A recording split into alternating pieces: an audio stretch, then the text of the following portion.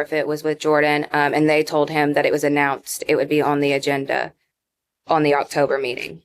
So, and thank you, I appreciate that. And so when you go and you look back at the discussion,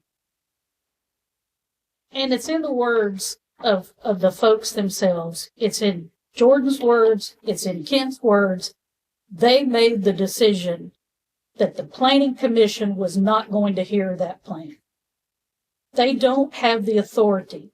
No one has the authority to make a decision for the Planning Commission except the Planning Commission. Full stop. That's Tennessee law. That's our own ordinance. So we didn't violate it just once. We did it multiple times from September 3rd through September 17th, over and over and over. We violated the law.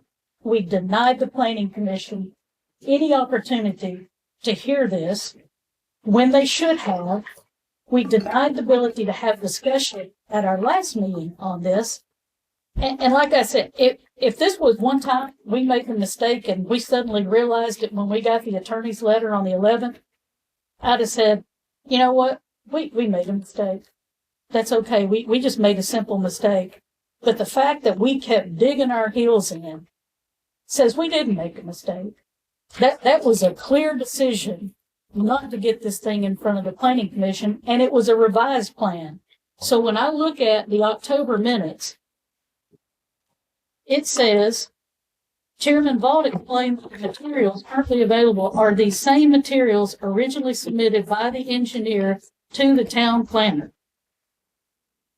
The town planner's reason and what went back to the attorney was, and I quote, I spoke with Chairman Vaught about this, and we both don't see a need to rehear this at the Planning Commission. The Planning Commission denied it, and it was appealed to the City Council. There aren't substantive changes to a degree to warrant a rehearing at the Planning Commission in our view. There is no such thing in our ordinance that has anything to do with it's not substantive enough. Our ordinance says, clearly defines what is a minor and major change. Period. And guess what? It says any change got to go back to the Planning Commission. That's a law. That's in our law. You're shaking your head, Jordan, so you got to help me understand here because I don't understand it because I'm going to look at 11408 Residential Planned Unit Development Regulation, paragraph 8, changes and modifications. Changes to a PUD project are required to be reviewed and approved by the Planning Commission and define minor and major changes. To an approved PUD plan, yes. Well, not necessarily. After the fact, that's what that means. That's an assumed statement. You're not a lawyer. You're not a lawyer, right? Okay, tell me where in Tennessee law or in our ordinance it says that you can make a decision not to hear something because you believe it doesn't have enough substantive change. Where does it say that? It doesn't. It says when they submit it, it goes to the Planning Commission. It doesn't matter what level of change, whatever. Just like we talked about at the very beginning of this. It can be submitted over and over and over again because Tennessee law doesn't prohibit it to be done, and neither does our ordinance. And I'm upset about this because this put the town, not just the town, in a bad position. This put the Planning Commission in a bad position. It created a cloud over everything we're doing. And if, like I said, if it had been once and we realized we made a mistake, I could have gone along and said, you know what, we made a mistake. But the fact that we dig our heels in over and over and over and still denied the Planning Commission, denied the individual what is rightfully theirs according to law, what is rightfully the Planning Commission's according to law. The Planning Commission makes the decisions. No one entity does. And so at this point, I'm going to say this, because Haley brought it up a minute ago, that we're having so many, I don't understand why. But let me just say this. Something is wrong if we keep getting ethical complaints submitted against us here lately on a routine basis. There is something terribly wrong. And when I read through email traffic like this, there is something terribly wrong with what's going on. And at the end of the day, we're required to enforce and uphold the law. Balls and strikes, that's all we do. We don't have personal opinions on anything. But it seems to me this is becoming personal. I don't have an opinion on this project that this happened to. I don't have an opinion on it.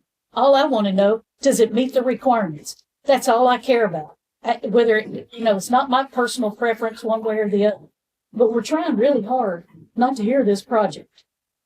And when I look back at the minutes, because they're in here from the BMA, they're in tab 7, 8 back here, BMA's comments in there and the like. Daniel Franklin made a comment in one of them that says, I'm going to paraphrase, it's really important that we need to ensure we are applying our decisions based on what the law says and consistently based on what the law says. Lisa Vaught made the comment in those minutes back there. I can't remember. I'm going to paraphrase here. It's important that we follow the rules and regulations. But we just demonstrated over a 42-day period that we couldn't do that. And no one on this planning commission, other than the people who actually were on those emails, had any knowledge this was going on. That would be Kent, Barry, Haley, Jordan, and Jill Pugh. The rest of us on the planning commission were ignorant to all of this until it came out. So the mayor, and Haley mentioned it a minute ago, and like I said, this is unpleasant. I don't get any enjoyment from this whatsoever. It makes me mad, to be honest. It's not that hard. Just do the right thing. Just do the right thing. And everything else will work itself out. And I think the citizens of this town demand and should expect more and better of the people sitting in these positions and representing this town. And it does everybody a disservice and an injustice when this happens, and it makes us look, the entire town, look as though either we're grossly incompetent or we just have disregard for the laws itself, willful disregard. So I don't know which one we want to pick, but neither one is any good. And the citizens of the town have no public trust in what we're doing when we do things like this. The mayor, Haley's right. The mayor is the one who appoints people to the planning commission. She has that sole responsibility. The planning commission cannot remove somebody from the planning commission, but we can recommend to the mayor to have somebody removed from the planning commission. And like I said, if this had been, we realized when we got that attorney's letter, we screwed up and we went back and tried to make right, I would have said that was a mistake. But when we kept doubling down over and over and over again, that's not a mistake. And again, that's either gross incompetence or willful disregard for the law. But for that to me, I don't believe somebody can sit on the planning commission and exhibit this and do these kinds of things. I don't. I don't think the town planner should be sitting in his position either. That's a breach of contract. What just happened? There is no decision-making authority from the town planner. It's advisory only. And I think everybody here is going to agree to it. And if you don't, I got the contract sitting here. I'll be happy for you to read it. So having said all that, and I am upset about what happened. This is so wrong. It's not even funny. That I'm going to make a motion. As much as I don't like it, it's right. And it makes me mad that I'm going to have to make this motion. Because unless somebody's going to willfully resign their position, you're going to put me in a position that says I can't sit here and know that we've got people that are going to be willing to violate Tennessee law and our own town's ordinance and keep things from the planning commission and trying to run some other kind of game out there around the planning commission. And so for that, I'm going to make a motion to the planning commission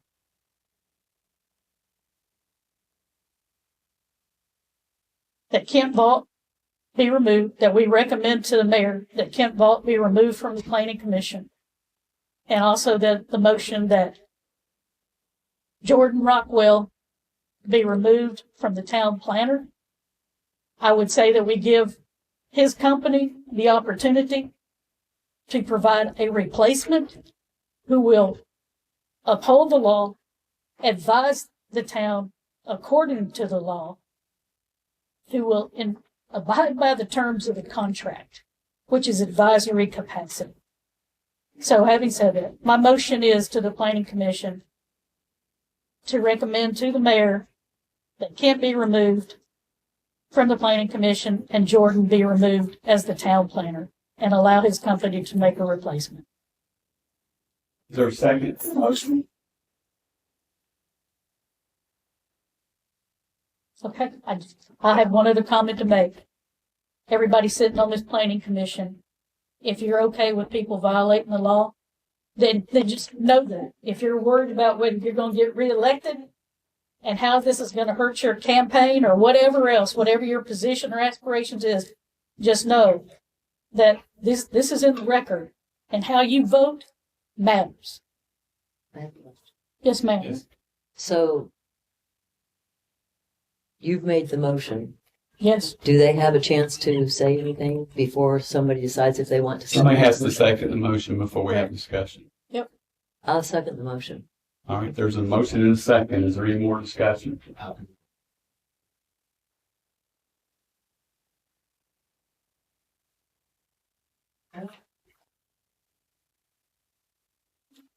I've been blown away, but I think, think we'll do better, and we need to listen to our own attorney and not attorneys outside of our area. And our attorney did give us guidance, so why did we not follow the guidance of our attorney?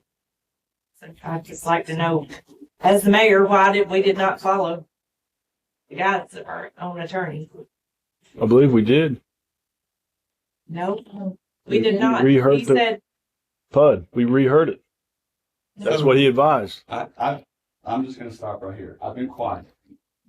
I allowed Mary to express her concern. And I appreciate that. And so I'm gonna point out a couple of things. Number one is I appreciate the effort she's put in with 90 days experience on the planning commission.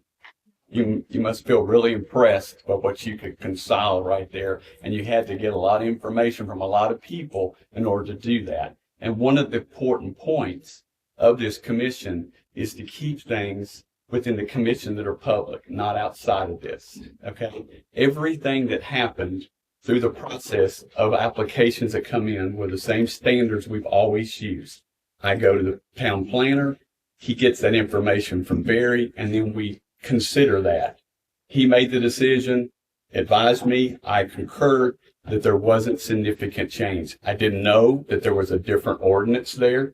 Honestly, there wasn't intentionally trying to change something. Did not know that. Once we found out that at least it was apparent that the attorney felt like we needed to hear that, then the first thing we did is we submitted the information to the town attorney.